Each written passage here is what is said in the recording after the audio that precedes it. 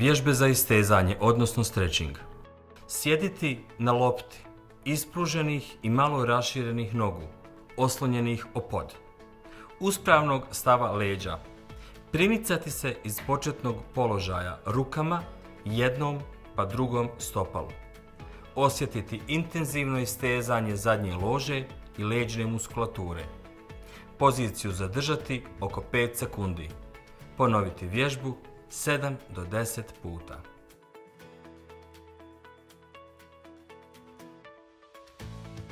Ležeći na leđima na lopti i nogama na podu, maksimalno se istezati sa opruženim rukama.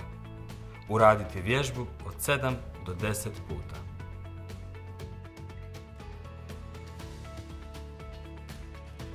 Ležeći na boku na lopti, ponoviti tehnički vježbu kao i prethodnu. Uraditi maksimalno istezanje strane kontra od one na kojoj se nalazite. Uraditi vježbu 7 do 10 puta. Kleknuti ispred lopte, ruke postaviti u širini ramena, staviti ih na loptu i glavu staviti između ruku. Raditi savijanje glave prema podu uz pokušaj mirovanja ruku. Ponoviti vježbu 7 do 10 puta.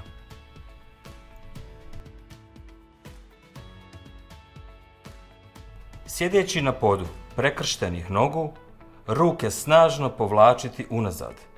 Zadržati 3 do 5 sekundi. Forsirati pokret prsima prema naprijed. Ponoviti vježbu 7 do 10 puta.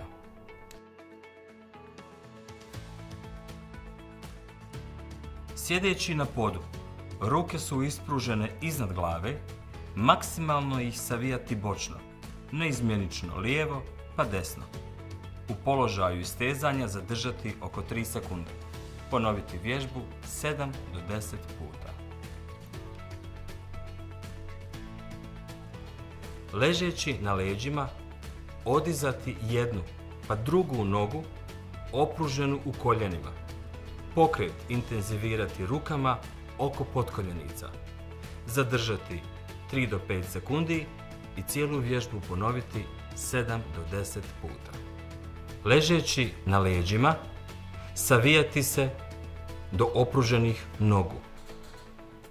Osjetiti intenzivno istezanje zadnje lože i zadržati poziciju 3 do 5 sekundi.